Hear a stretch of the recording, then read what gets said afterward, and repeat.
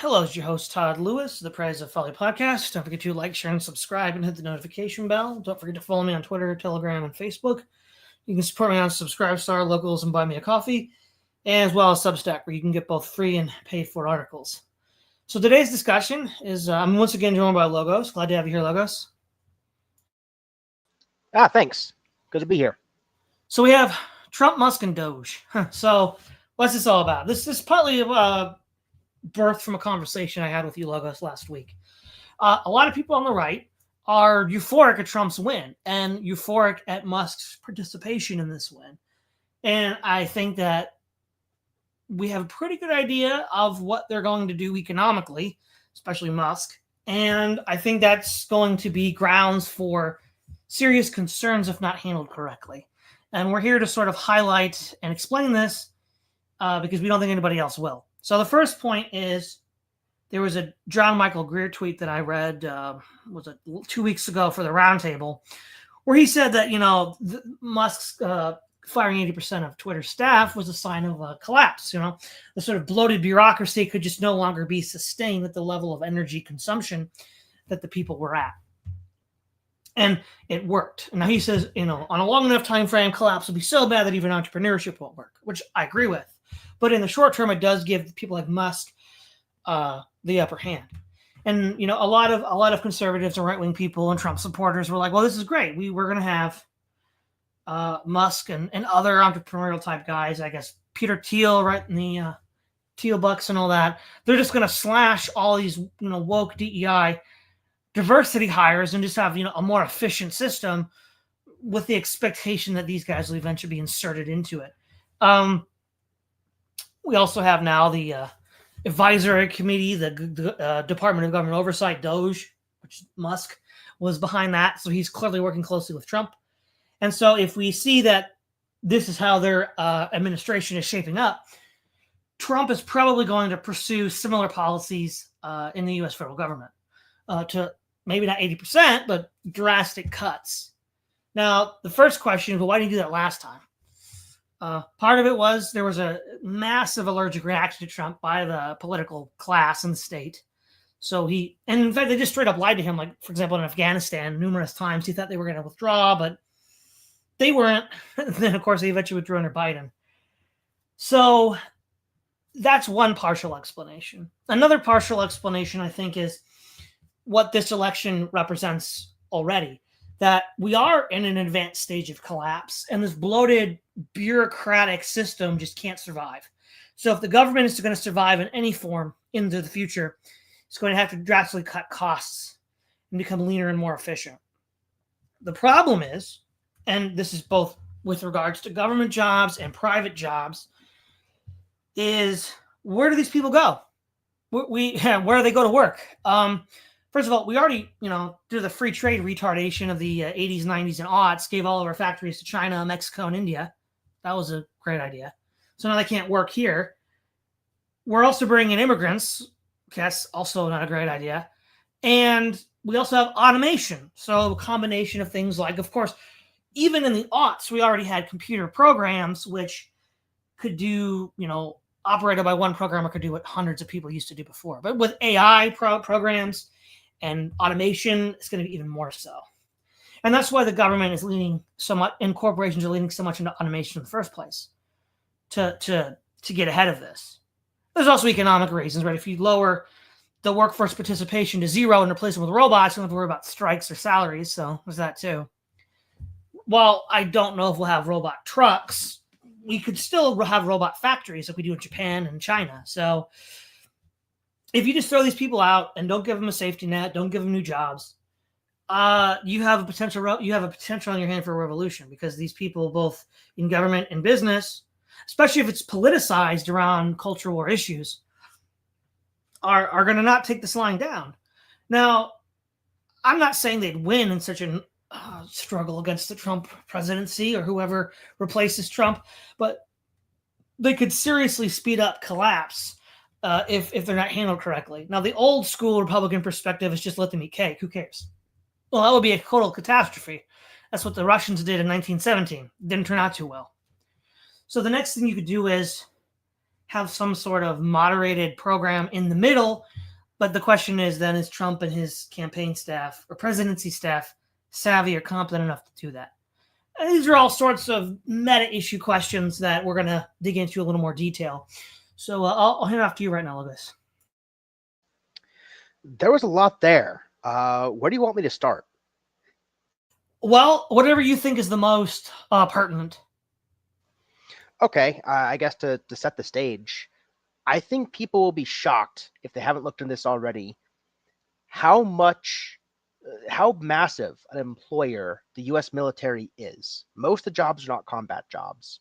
Most of them are bureaucratic jobs.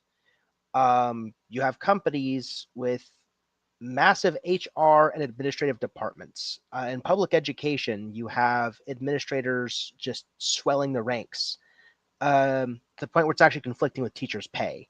You have all sorts, public, private, etc., of just bloated administrative systems that are going to need to be gutted. I mean, going to need to be, but it's also going to be catastrophic when they are. So, how do I want to phrase this, I guess? Okay. Your setup with the industrialization is right. Like, what we've the libertarians have had this argument forever that job replacing technologies don't actually hurt in the long run. The jobs are replaced and everything is fine and hunky dory. The problem is you have to look at what the new jobs are. And I think we've reached a point where after mass outsourcing, mass automation, bureaucratic paper pushing office jobs have become the refuge for people that would have ordinarily worked blue collar productive work. And those are the jobs now that are on the chopping block.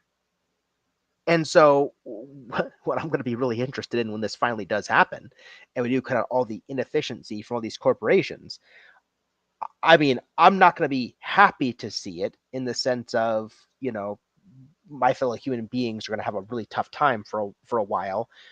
But just vis-a-vis my arguments with the libertarians, I'm going to love to show them the new unemployment numbers and see, well, look, this is a true cost of automation. Look what happens when it's no longer hidden from you, eat crow, basically. So that's basically where I'm at with that. On top of this, we have other issues that are going to be maybe their own topics of discussion, but they're also feeding into this. There is a hiring problem for computer science majors right now. There are massive subreddits, for example, just dedicated to being a new CS major, just having a hell of a time finding any jobs. They're automating code. They're probably going to look at automating admin work with AI if the admins would okay them basically being replaced. Good luck. That's going to be a big fight, but I think it's coming. And at the same time, we have a massive student loan debt problem. So what's interesting about the student loan debt problem is as far as I know, college enrollment is still plummeting off a cliff, but not only is college prices still going up, but with higher interest rates recently, the student loans have been a double whammy for people to pay off. It's just been crazy. Like back when I got my student loans in the 2010s, it was college is pretty expensive, but at least the loans are around 5%. I've heard some horror stories of people getting loans 8 to 10%, 12% in some emergency situations to finish their degrees. And it's just going to be brutal, them having to pay off their loans compared to, people like me. So all this is happening. At the same time, we still have a college system pretending nothing is wrong and pushing out these people into these, new blue collar, white collar jobs, as if nothing's wrong. It's gonna be like Wile E. Coyote just running off the cliff. So those are the two fundamental forces I see, causing this thing to collapse. So, I mean, as far as an opening, that's my agreement with you as far as the economic position. To give it back to you, I'm just going to say that I'm very, very pessimistic about Trump carving a middle path. So maybe you can lead us talking about that. Yeah, sure. Because Again, I mean, I've heard this rhetoric my whole life, right? The sort of pro-business, pro-engineering side of the right wants just efficiency, and so they look at this problem not as a social problem, but as an either engineering or finance problem. And while that's certainly an element to it, there is, of course, the social element. People are working, people are being put to work,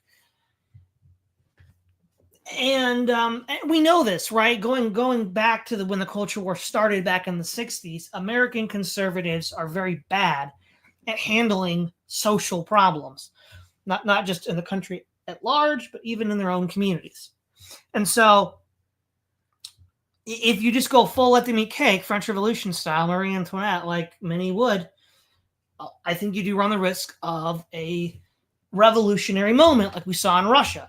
When transitions like this, now this is not an industrialization transition, that's what Russia had. What we're having is a deindustrialization transition. Regardless, transitions like this, if not managed properly, can be catastrophic. And I used to think for years and years and years, well, Americans are not Russians. We're never going to be as stupid as the Russians were in the 20th century.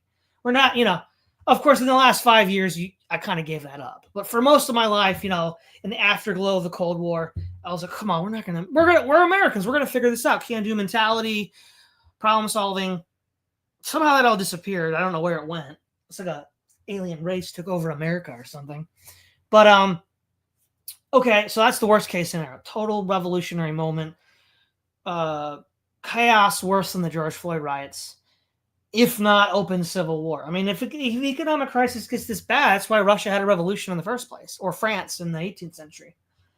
Now, the way that you should handle something like this is a combination of factors. I think what Trump should do is find people on the left who, in the same way that in the post-war German government, like Patton just wanted the efficient people there. And it's like, yeah, you had to be Nazis. And he got in trouble by saying that was like just being a Democrat or Republican in the United States. Very pragmatic, very sensible, right? You couldn't just, as we saw in Iraq later, with the ideologues saying we got rid of all the Ba'athist bureaucrats. Well, the country fell apart. So Patton rather was very pragmatic about that. And so find people like that and sort of give them a way out. Like, okay, we might be able to keep you around, or at least make it easier to let you go if you play ball with us.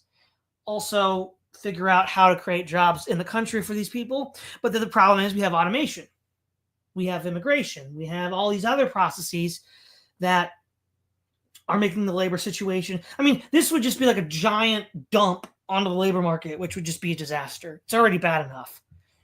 And that's going to be hard to transition, though, because of the culture war, because of this heightened political tensions. So I don't know. On the one hand, Trump is a bit of a wild card. He has kind of deviated from traditional Republican platform in some ways, but not in others. And this is an untested one. So I think what you'd have to do, just to be pragmatic, is you'd have to figure out how to reemploy a lot of these people. Maybe not all of them, but a decent enough amount that they won't become a revolutionary threat.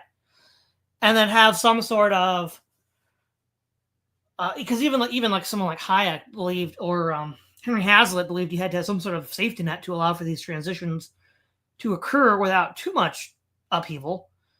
And again, you'd have to, I mean, we did have quote unquote free marketeers like that in the past, just not so much now. You'd have to be something like that. And I don't know if Trump's the kind of guy who could do that or not. Part of the problem is he's too much of a wild card. I don't know. With Musk as the head of Doge, yeah, I don't think Musk would do that. So one thing that gives me a glimmer of hope that Trump kind of knows what he's doing is how he handled student loans in the COVID era. He just froze them. What's really funny about that, too, is it worked. Biden's trying to forgive them and come with a bunch of income-based plans or whatever. And he's been taken to court, often by Republicans, dummies they are. I don't know how Trump did it. Even that politically contested time when people hated him and all this stuff, he just goes, I'm just going to freeze student loan payments. Deal with it. And so they were. They were just frozen forever. So that tells me he's got decent instincts. And it tells me that for whatever reason, he was able to completely break the gridlock on this issue. If this were 10 years ago, I think Trump could navigate this with that kind of Theodore Roosevelt levels of don't give a crap, right? I think Trump will try again on issues like, say, student loans and how this is affecting inefficient jobs and whatever. I don't know that it will be enough, because one of the big problems is the cost of living crisis, and especially the rent increases. Like, go to like HUD user and check out your area and compare, just for fun, 2005 fair rent prices for like a studio or a one bedroom apartment, right? Trend them to 2024 and then compare that to how much they would have risen if it was just inflation. And if the results aren't absolutely staggering, I'll be shocked, because areas that I'm looking in are just, my jaw hits the floor. So at the same time, you have this student loan thing coming due. You've got this rampant rent increases happening all over the place. Now, here's where Trump can fix it: is mass deportations are, whatever else they're going to do to the economy, they are most definitely going to affect rents. One of the reasons why rents are able to go up with impunity like they are all the time is because they're always looking at 94 to 99% occupancy rates. And if you're a guy and like 94 to 99% of your product's always selling, it's a scarce product. You can't just keep making more. It's finite property. What are you going to do? You're going to keep raising the price until people start leaving, and it becomes worth your while to stop raising the price, right? And that's where we're at with rents. And so that's like a freaking cliff in certain areas. They just go up asymptotically almost. It's crazy. Deportations in targeted areas specifically can fix it, because once you get rents down to like 70, 80% occupancy, suddenly you're not having to lower prices to fight for that extra 5% occupancy or whatever over your competitors. There's an economic incentive for you to make your prices lower rather than higher again, which is healthy and what should have been the case a long time ago. But the problem Trump has is he's only got one term left in him. Basically, his first term he was stalled out pretty hard. So he's basically has 2 terms of ambitions, but he's a one-term president. It's not clear that the GOP will have him as a figurehead, and so he's got to pick his battle. So even if Trump wants to be like a moderate on this, he's got the deportation battle to fight. Then he's got like the student loan battle to fight, even against his own party, who has totally let them eat cake on student loans. At the same time, that corner of his party is trying to lead the way in gutting inefficient jobs from the military, from government bureaucracy, as the private sector is going to follow through. And even if Trump has the bones in him to navigate this mess, I don't know that he's got the attention and political capital to do it, given all the battles he wants to wage. That's where I'm at. Well, you're right, because there's only so. Given how little Trump got done in his first term, it's an open question what he can do in the second. And even if we assume he can get some things done, most presidents, even in the best of times, can't get everything on their wish list done. They have to be strategic about what they choose. This is not the best of times. Not the best of times. And furthermore, I feel like it's time to bring this up.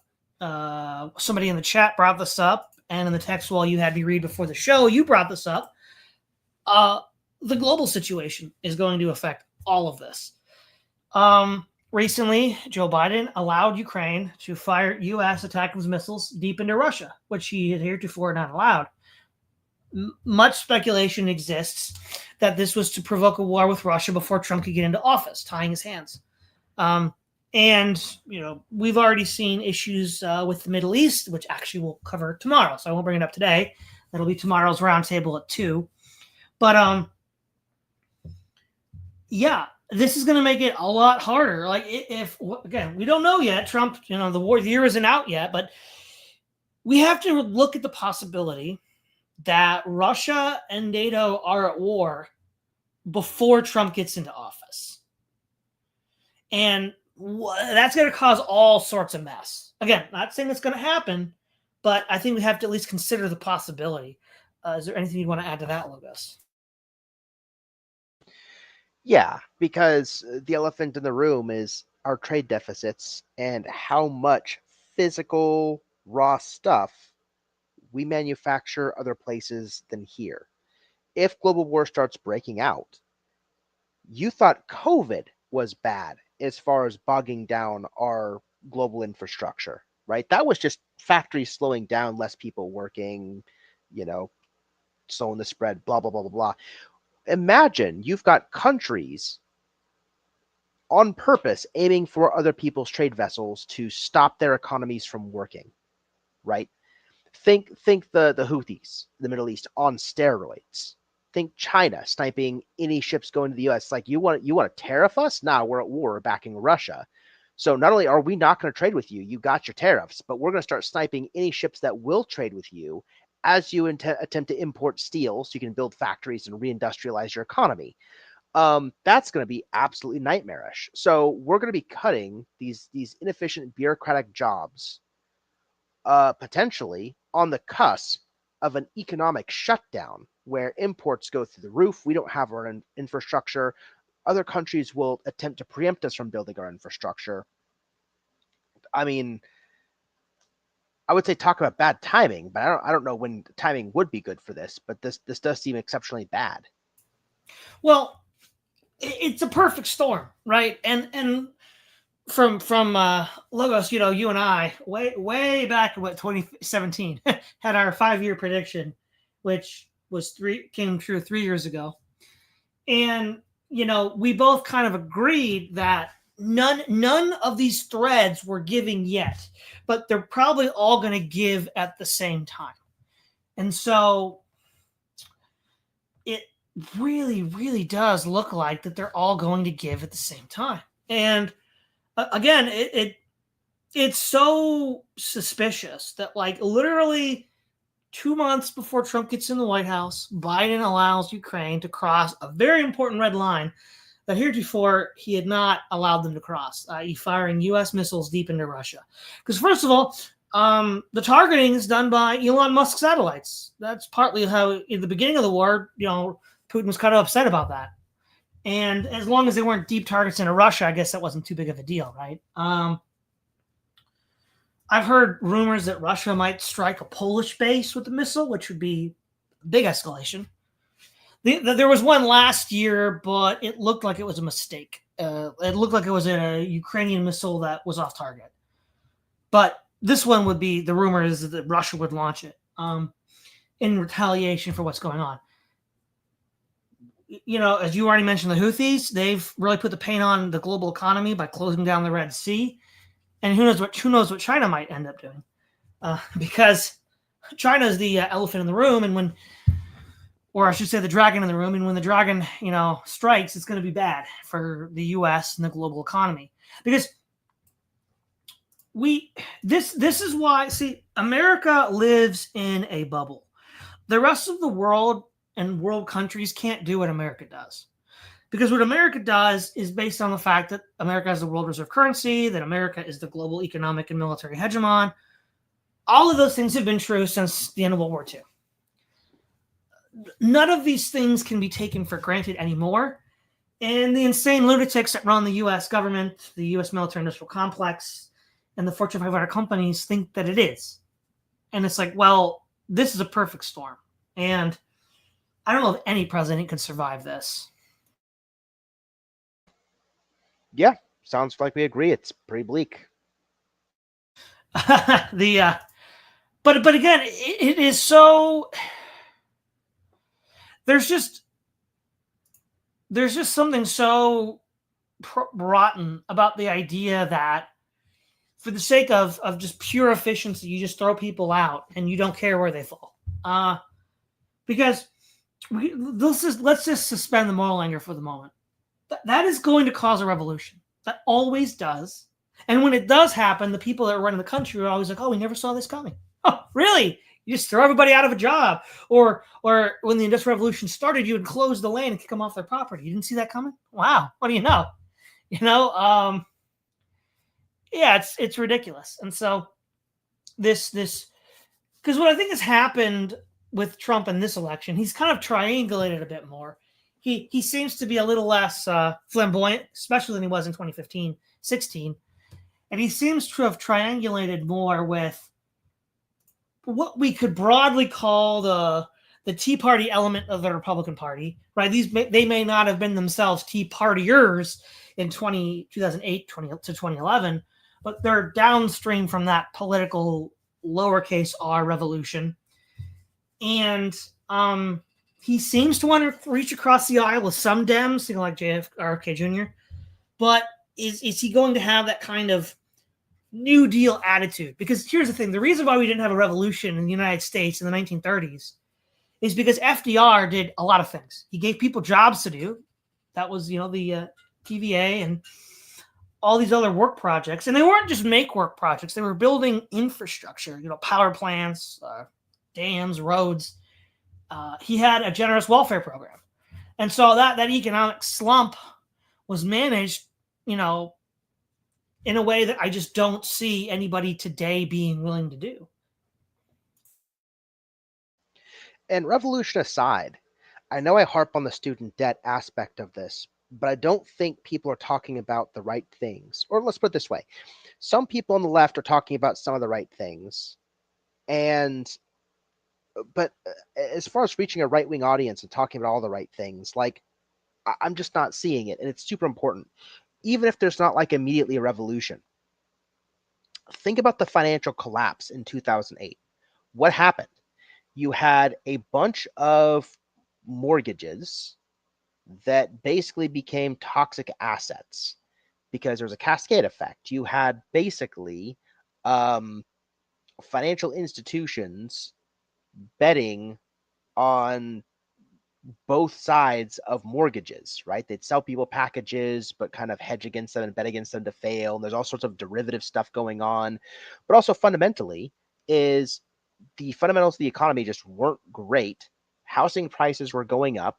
People's jobs and income weren't keeping up. And a lot of people had a hard time paying off their mortgages. But we were able to kind of recover from the worst of the recession over time. Why? Because it was all ultimately based around assets, right? Say what you want. If a mortgage fails, there's collateral. The bank can take the house. Are they going to sell the house for the full value? No. Maybe they'd auction it for half or 3/4 or whatever they can auction it for. Maybe banks discovered that it's really difficult to auction it off. But what you can do is you can work with the people that really want to keep their houses, and you can find a program that works for everybody, especially with the fact that the government gave them a sweetheart emergency loan that they eventually paid back and blah, blah, blah, blah, blah. But the ultimate root of the problem during this was around assets. Why is the college loan problem so pernicious? There's no actual physical, tangible assets or collateral underpinning any of this. So if you've got a bunch of people getting computer science degrees and MBAs and stuff and paying even $10,000 to $20,000 for an in-state bachelor's program, might even be $25,000 now for a lot of programs, given how much costs are going up and whatnot, right? You're going to have a bad time because they go out, they get these jobs, they're having trouble getting jobs. And this is just like the tuition and books, man. We're not even talking about a lot of student loans. People don't realize it's not just for tuition. A lot of conservatives are just oh, tuition's not that much. Just go into. Most people get student loans to offset lost income because of how much time they have to spend studying, doing homework, going to physical class, etc.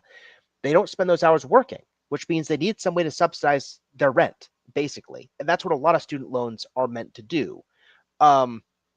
Is to make up for time, lost wages. So what these student loans are, is they are assetless, collateralless investments that young people make in the future, which increasingly looks like it's no longer going to exist. So unlike the bank situation where there are still physical houses and property there being leveraged and re-leveraged over as banks had to write new contracts, auction off property, you can't do that with student loans.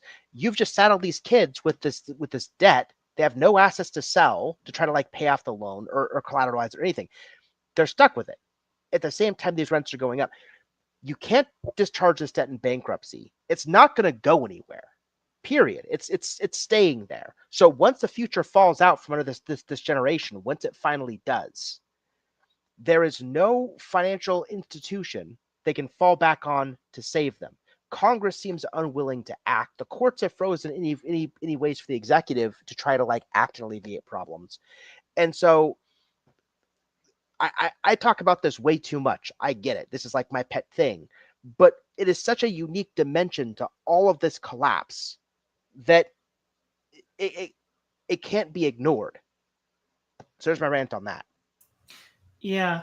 No, yeah. The other thing too, I've been thinking about this in the background, and then also just over the last couple of weeks. Part of the success to Trump, even in 2015-16, was his sort of style or vibes message. Now, it was more aggressive and in your face back 8 years ago. Now it's a little more just be cool, bro. I'm just the cool bro now, right? Rather than just being mean and aggressive, it's we're cool. Elon Musk is certainly leaning into that. And there's all these, memes about, the squirrel, the cat, whatever. These are not really policy plans. These are just, theater. And, you could say that, the OG left in the culture war also had a lot of just vibes and feelings and whatever. Sure. But at least behind that, there was a plan. Obviously, a plan that I disagree with, but there was a plan. My interpretation of the culture war is that it was set up by U.S. intelligence agency, aspects of the corporate world, and military intelligence in order to create conditions that would prevent the organization of labor against and destroy the anti-war movement, which did both. So there was at least a plan behind it, behind the style and the lack of substance that a lot of the culture from the 60s and 70s was. I do not see that with Trump and Musk. I don't really see like there's a who is the brains behind this, right? I don't really see who the brains would be. So what would be the policy choice or answer or solution? I don't see it. And again, just regular, Tea Party Republicanism, MAGA-ism from 8 years ago. Nobody's talking about these problems. Nobody was talking even 8 years ago about the student loan crisis. Nobody was talking about, a lot of these financial issues affecting young people. Now, I am glad that RFK Jr. is talking about the health crisis, but it's almost too little, too late at this point. I don't know what you can do with that.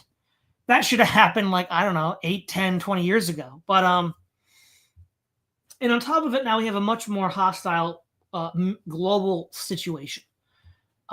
Russia had not yet invaded Ukraine when Trump was president. In fact, Putin probably would have invaded in Ukraine if Trump was president in 2020, but he wasn't. And so now the game has been kind of set.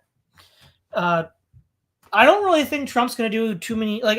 He tried the peace initiative with Kim Jong-un. That didn't really work out. He's definitely very hawkish with Iran. But Israel looks like it's already over-leveraged in the Middle East in a lot of ways. We have, we're talking about shortages, Logos. Weapon systems. I heard a couple months ago that, due to the sustained rocket attacks from Iran, Hezbollah, and Hamas and the Houthis, Israel wants missiles from the U.S. And they're like, well, we can't really give them to you and Ukraine and ourselves. Think about this. From World War I down till right now, the U.S. has always had productive capacity to sell enough weapons to its allies as well as produce enough for itself. The fact that we even have to ask this question is a earthquake event. The U.S. Since World War I was never here. It just never was never here. So I think that really shows a lot of the cracks forming in this. Where if the economy's crashing, if we can't get the supply chain working because of a global conflict or internal division, how is the U.S. going to be able to produce enough munitions for its allies and itself? Again, I don't see it. Yeah, to summarize a lot of what you just said, you're basically you're noting the same thing the Democrats noted during the first presidential debate, right? It's a concept of a plan. is the thing that all the pundits picked up on that Trump said as far as what's going on. That's exactly right. I mean, a lot of this stuff just isn't really policy-based issues. It's like we have to, we're trying to deport a lot of people. It's like, who are we deporting? How are we making sure we're not getting false positives? How are we logistically going to get ICE all over the country in sanctuary cities that don't want to cooperate with ICE to find the right people to deport them? Where are we going to put them while we're figuring out which countries they need to go back to? Are we just going to dump them all in Mexico? I mean, are we going to like cause armed conflict with Mexico because we're just going to dump all of our people there while we wait for processing? I mean, that's going to be a bold move given, all the rest of the conflicts going on. So yeah, I mean, you're right. A lot of this stuff, it just doesn't look like there is fully functional policy there to deal with. It's worse than that. To point to something you said, it's like 8 years ago, the right wasn't even talking about the student loan problem. Currently, now they're still not talking about the student loan problem.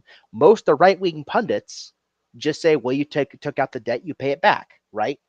And that's basically the line item position for the student loan problem on the right. I mean, not even. Well, we already covered that on the video. What time is it? Exactly. No, yeah, that was the primary for the 2024 election, and that's all they have to say for themselves. And so it's worse than like 8 years ago they weren't talking about it. Now it's too late. The politicians still aren't talking about it. A large part of the base still isn't talking about it. Yeah. And I get it to a degree because a lot of it's tied up in class, right? You've got a bunch of lefty, liberal, coastal elites that get their fancy spancy degrees and they think they're so important and they're smarter than you. And it's good to see this thorn hurting the people, in the class that ostensibly hates you. I get it, 100%. I'm on board with that level of Schadenfreude, 100%. But this student debt thing isn't just hitting your HR degree holders, your gender studies holders, your MBAs. It's starting to hit your coders. It's starting to hit, the STEM people. You said, oh, you should have got a STEM job. It's like, well, now they're having trouble too. Congratulations. So it's coming for all of us. And despite the Schadenfreude for the class-based stuff that I'm with them on, the problem is when it comes for everybody, we've got no solution, because it's not like, well, you took out the loan on your house, so the government shouldn't pay off your house, right? Again, there's no asset. You can't just resell the asset to try to pay off some of the loan in case the future doesn't look like you predicted on your investment or something, right? You can't get any of it back because it's basically just a loan on your future. So the fact that we're still here is utter madness. Well, you see, Logos, actually what's interesting here is this is actually all downstream from the origin of the culture war itself, because the real breakdown in civility and political discourse, which just eventually devolved into name calling and just being what's the word, provocative and rambunctious and all that. It begins with two men, Gore Vidal and Noam Chomsky. They are having debates with William F. Buckley Jr. and on live TV in the 60s, they just call him a Nazi. Yeah. And that's when William F. Buckley Jr. famously said, I'm going to punch you if you don't stop saying that. Yeah. The World War II was only 20 years over. So it's like, that's a pretty edgy thing to say at the time, but it set the trend. They wanted to get a reaction out of Mr. Conservative, Mr. Williams, whatever you want to say about Buckley's policies, right? They wanted to get a rise out of him for political points, in part because he sold himself as Mr. Conservative, Mr. Respectable. And yeah, now Trump is doing the same thing. He's doing to the Democrats and to the left, of which he used to be a part of, what they did to Buckley way back 60 years ago. And of course, it's not helpful, right? But it's the downstream effects of their policies. Also, too, when the Cultural Revolution was getting started, especially on issues of sexual identity, the left didn't have arguments. They just played all of these games, vibes, feelings, And it turns out all the conservative arguments against an unregulated sexual marketplace were correct. And now what we see is elevated to the international stage, the same level of childishness. Because neither Biden and his cabinet nor Trump and his cabinet have a viable policy for World War III. And it's like, this is all downstream from the overall vulgarization of American politics. Yeah. And so, well, I was going to say something else about that.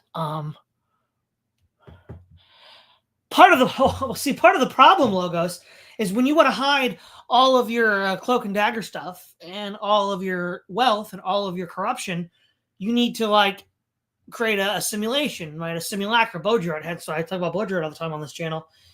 And the people that you pay to push for that simulacra don't have arguments, because the real arguments are that it just benefits a select elite. They have to play this sort of like childish high school game of popularity and performance art. Well, this is kind of inevitable, right? Because the system now is like, the man behind the curtain in the Wizard of Oz, and it can never turn off the smoke machine. And it's like, well, okay, now we're just having like literally children talking about foreign policy, talking about global economics. And it's like, wow, okay, this is this is pretty bad. Because I'm not saying this would be better under Biden. Far from it, right? Or better under Kamala.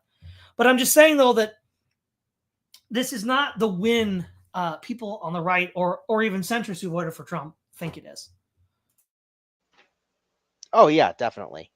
I think a lot of the election, I've been looking at this analysis a lot after the election, trying to figure out like who voted for what. And I think the vein of the analysis that Trump won because certain demographics defected from the left is right. Like the left lost young men, lost them.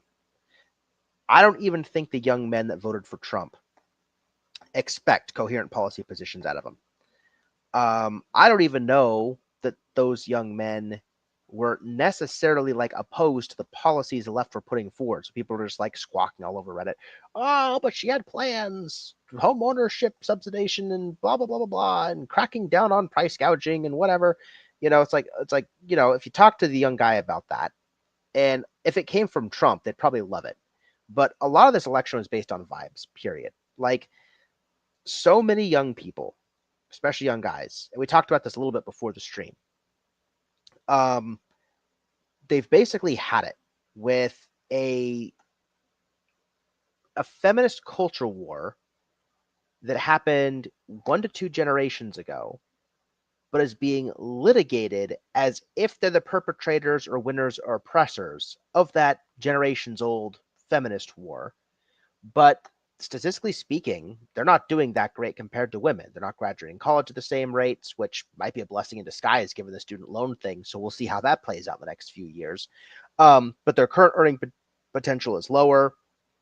They're not earning near as much money once you control for like age, childlessness, hours, all the relevant variables. And yet, the left still tells them they see this in K through 12 all the time. It's like, you're the problem. Check your privilege. It's like, oh, boohoo, straight white man has a problem, like whatever. And so just to boost the point you made, like, yeah, a lot of the centrists are happy Trump won, but I don't think they're happy because they think the guy's got a plan. I think they're happy because he's hurting the people that basically finger wagged at them their whole lives and we're just, hey man, I have problems. It's like, well, have you tried checking your privilege about it? It's like that's basically been the zeitgeist for like since 2014 at the minimum. No, earlier than that, but yeah. Well, I mean, spikes for like white privilege and a lot of these terms started massively during 2012 at the end of Obama's term. Yeah.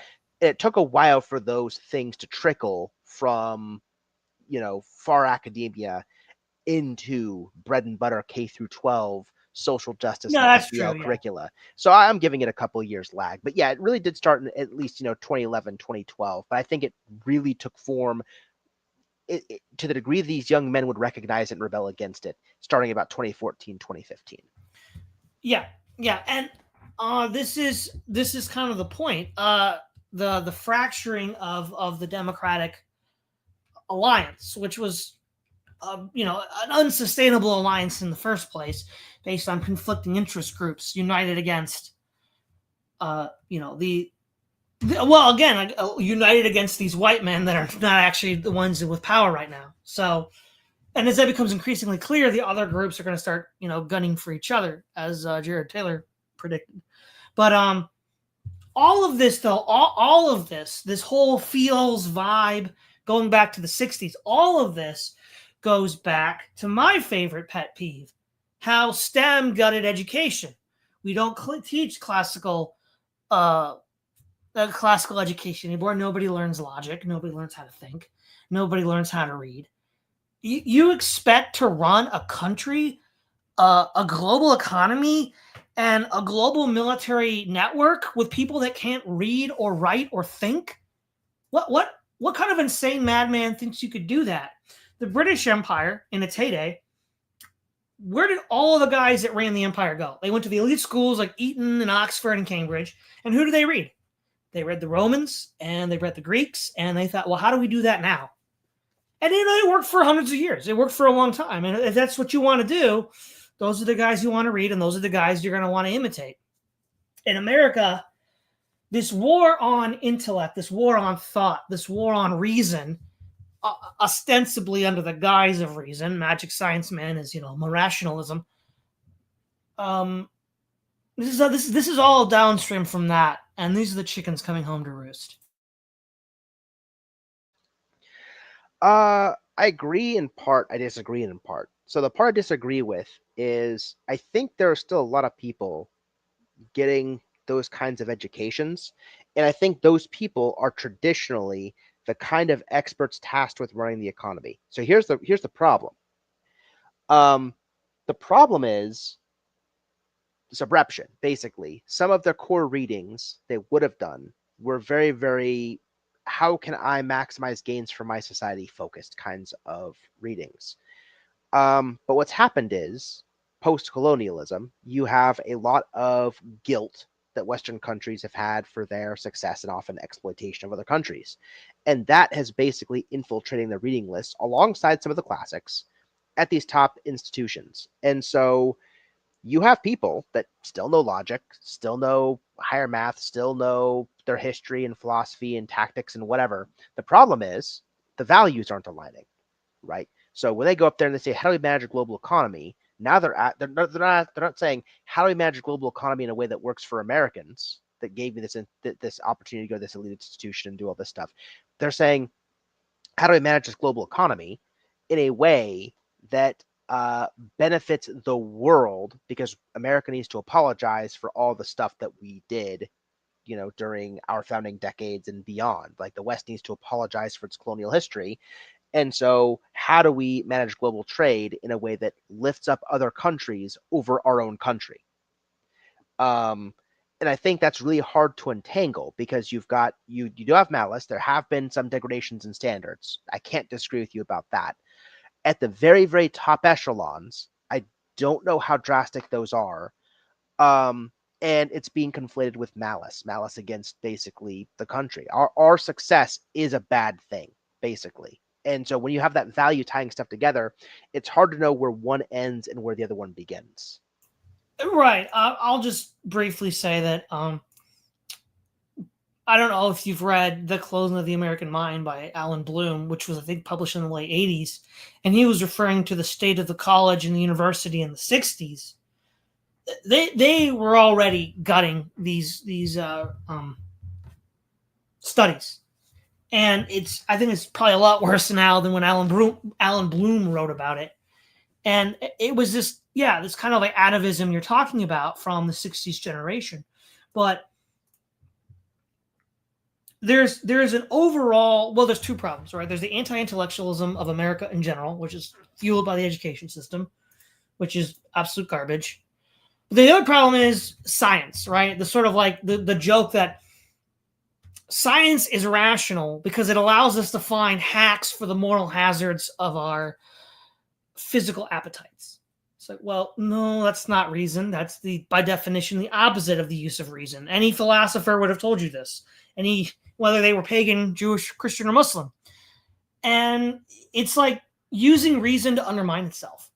And that's what STEM represents. That's what the STEM revolution represents in 45 at the shifting at the end of World War II to where we're at now. Where we're going to just use a kind of reason to undercut several key components of reason. And we're many generations downstream from that. Yeah, I can't argue with that to a large degree. I think that, especially in the general public, this idea that science and technology will save us from everything is just very, very pervasive. I mean, it's so bad that on my three anchor questions of what makes somebody on the right that I wrote as part of my analysis of Dave versus McManus, one of them is does technology give us benefits without trade-offs? And if you don't believe it does, then you're a leftist. And if you do believe, without trade-offs, right? So if you believe that you get something without trade-offs, then you're on the left. And if you think that technology always comes with trade-offs, then you're on the right. That's been pretty pervasive. But an interesting problem about the intellectualism of America too is our institutions have spent such a long time hurting our people that even if the ship were to right itself, the second strain of intellectualism is just the idea that the people hate the institutions. The people are starting to really hate educational bona fides. Basically, is kind of like a sign that you think you're better. You hate the country. You're going to write NAFTA and take away jobs from my community. You're going to play risky games on the financial markets and finger wag about how you know better because you're the economist or whatever. And people are just kind of like sick of it. So even if we were to bring back the I guess the trepidation of ancient wisdom as far as like how you run a country in a sustainable manner, is our polis too far gone? Would they even trust the right experts to helm the ship? Yeah. You're right. This kind of reminds me of the science fiction novel Canticle for Leibowitz. After a hypothetical thermonuclear war, all the scientists get killed because people are like, screw you. You caused all this. Or the majority get killed. But we are nearing the end. So to wrap it up, I think we can just sum all of this up in the 1960 election of Nixon and JFK. TV ruined everything, right? JFK showed that you could win with just style. That's all you needed.